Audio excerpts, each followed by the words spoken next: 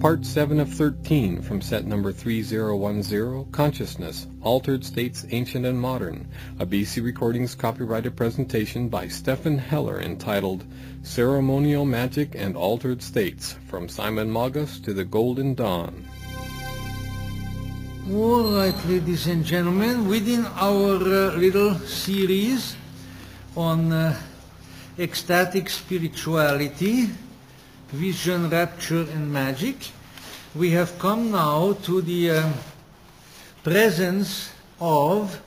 ecstatic spirituality within a particular discipline, which we, for lack of a better word, have called magic. But of course others have called it that too, so we are on fairly safe ground. Needless to say, we are not talking here about the kind of magic that is directed toward the pulling of rabbits out of top hats or similar pursuits, namely not the stage magic or legerdemain magic, as it is often called in English, but rather the original discipline, of which the aforementioned is a caricature, as it were. It is rather hazardous in certain ways to deal or to write about magic in the classical sense, because one runs the danger of being egregiously misunderstood, and such has been my lot a number of times over the years, and I wouldn't be surprised if I will experience more of it in the future if I continue to deal with that subject. But that's one of those occupational hazards that one has to take into account. Let's try with a little definition first. The term magic is derived from an old Indo-Aryan root which we find in several languages, certainly in Greek and in English and in Latin, which consists of the three letters M-A-G, mag. This root word has to do with greatness or the bringing about of greatness. And from it we derive such terms as magnitude, magnification, and certainly also magic. But we might as well throw in magnet, which comes from the Greek island of Magnes, where magnetic ore was apparently found in considerable profusion in ancient times. And the ancients who, rather like Goethe in his great drama Faust, where he says, you know, at the very end of part 2, all things transitory but as symbols are meant, the ancients saw a symbolic significance in most everything. They also saw it in a magnet, where they felt that when you put a magnet down and then you have iron shavings or other objects made out of iron that are drawn to the magnet thereby becomes bigger. The Greek word for big is mega. The E and the A are sort of reversible. So that also has to do with increase or magnification. Now, we might as well mention the three magi, who are generally assumed by biblical scholars to have been representatives of the Persian religion, probably Zoroastrian priests, and the Persian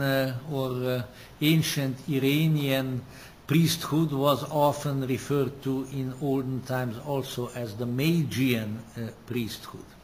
Now, after we've gotten through that etymological excursion, let's just say that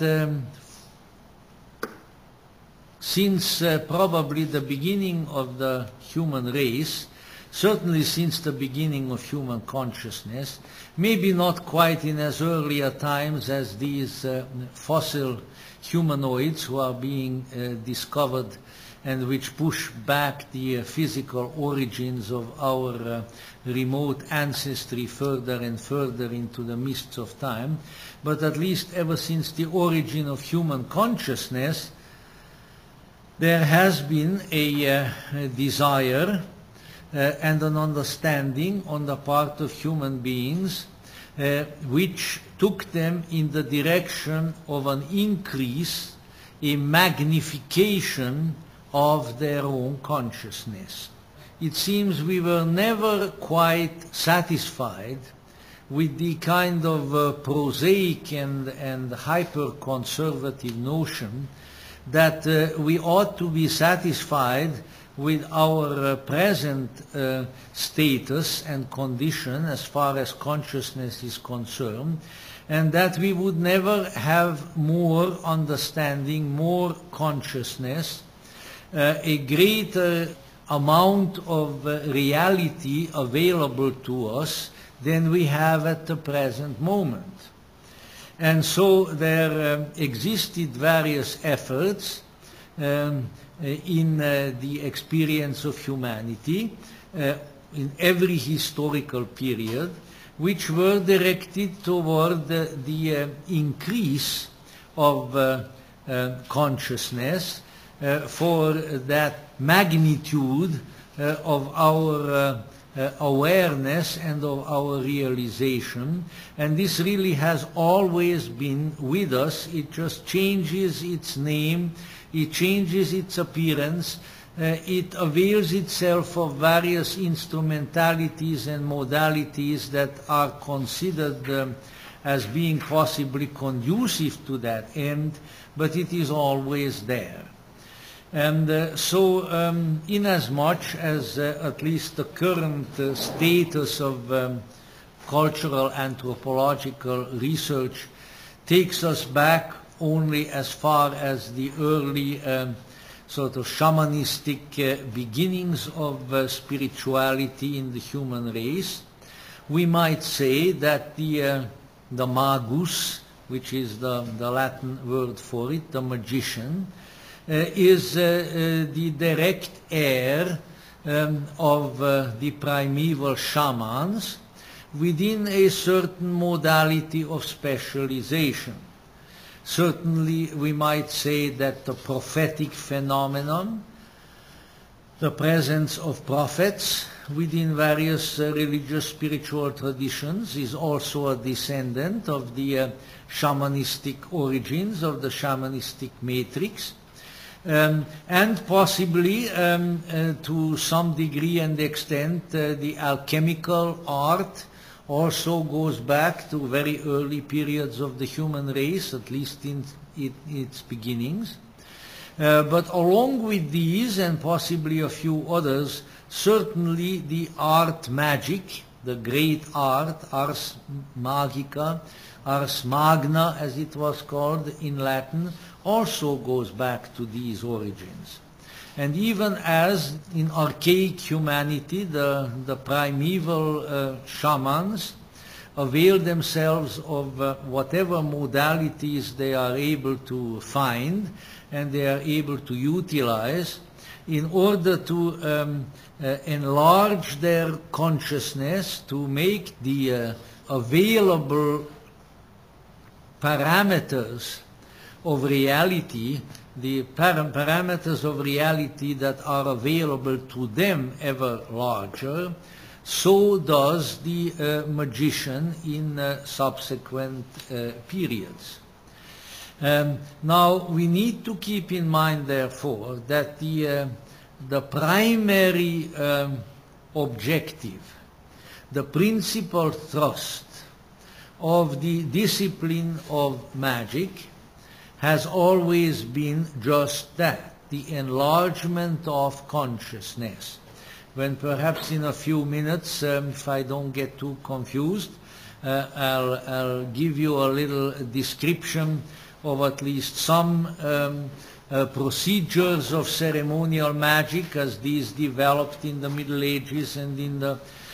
late Middle Ages, in the Renaissance, and are still present in various quarters today. You will see that one of the great symbols of the magician has always been what is called the magic circle, which is often explained as a circle of protection, which it certainly is, but let's say it's a circle that is drawn around the magus, the operator,